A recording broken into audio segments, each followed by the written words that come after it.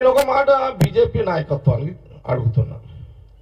BJP నాయకత్వానికి ఏమడుగుతున్నా, కిషన్ రెడ్డి గారు ఆయన ప్రెసిడెంట్ కాబట్టి ఏమడుగుతున్నంటే, ఇప్పుడు ఈ కాలంలో ఆ కాలంలో నెహ్రూ కాలంలో ఈ డ్యామ్లని కట్టారు కదా, మరి ఆ 17 సంవత్సరాల అనేక డ్యాములు నెహ్రూ గారు కట్టారు కదా.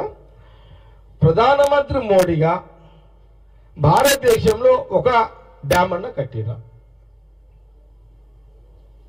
ఒక డ్యామ్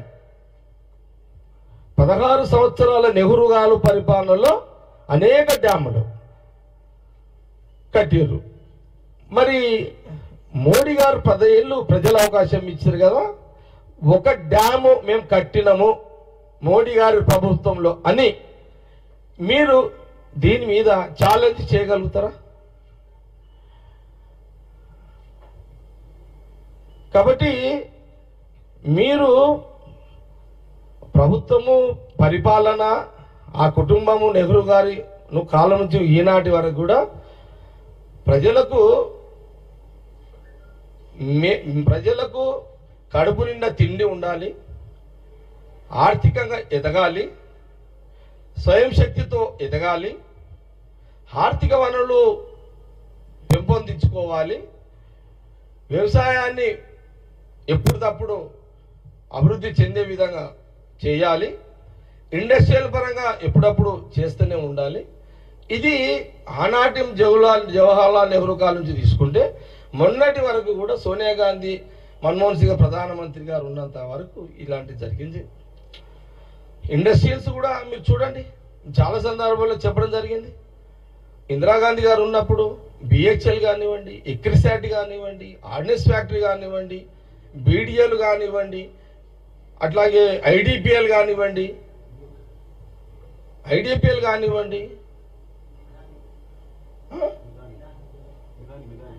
మిదాని కానివ్వండి,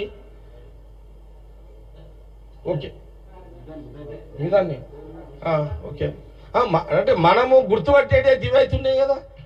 బిహెచ్ఎల్ ఉంది, ఎక్రిసాట్ ఉంది, బీడిఎల్ ఉంది, ఆర్డినెన్స్ ఫ్యాక్టరీ ఉంది, ఐడిపిఎల్ ఉంది కదా, ఈసీఎల్ కూడా ఉంది.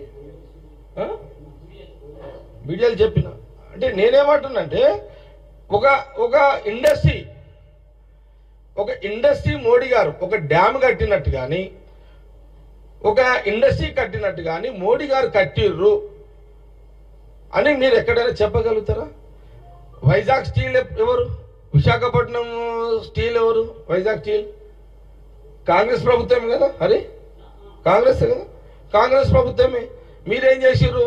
వైజాగ్ స్టీల్ కార్పొరేషన్ చేసి ప్రైవేటీకరణకు దాని ప్రపోజల్ చేసిర్రు. బీడిఎల్ కూడా ప్రైవేటీకరణకు ప్లాన్ చేసిర్రు. ఆర్డినెన్స్ ఫ్యాక్టరీ కూడా ఇప్పుడు ప్రైవేటైజేషన్కి ఆల్రెడీ కార్పొరేషన్ చేసేసారు. ఇప్పుడు బిఎస్ఎన్ఎల్ ఏంటి పరిస్థితి? ఎల్ఐసి ఏంటి పరిస్థితి? ఎల్ఐసి పరిస్థితి ఏంటి? అంటే ఇవన్నీ ప్రాపర్టీస్ అన్ని ప్రజల ప్రాపర్టీస్.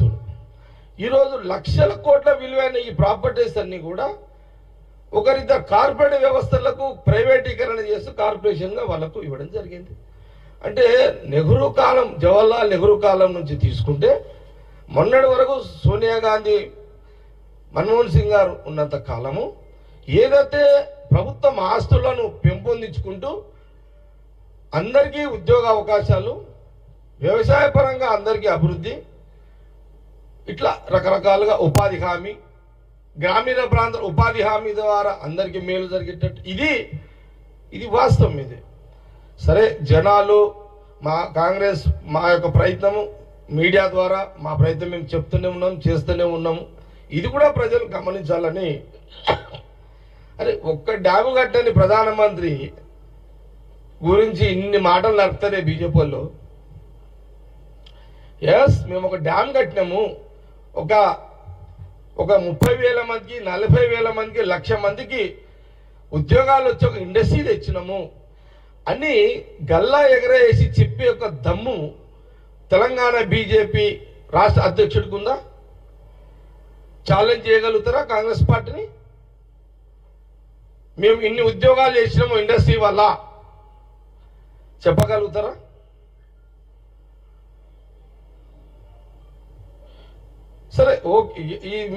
కాబట్టి ఈ విషయాన్ని ప్రజలు, తెలుగు ప్రజలు, దేశ ప్రజలు ఆలోచన చేసుకోవాలని మేము ఈరోజు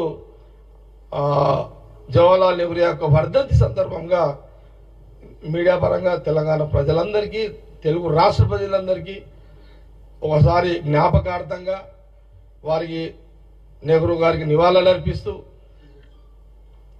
జవహర్లాల్ నెహ్రూ నివాళులు అర్పిస్తూ మరి ఈరోజు యావత్ ప్రజానికానికి ఒకసారి చరిత్ర చెప్పే ప్రయత్నంలో భాగమే ఈ యొక్క ప్రెస్ మీట్.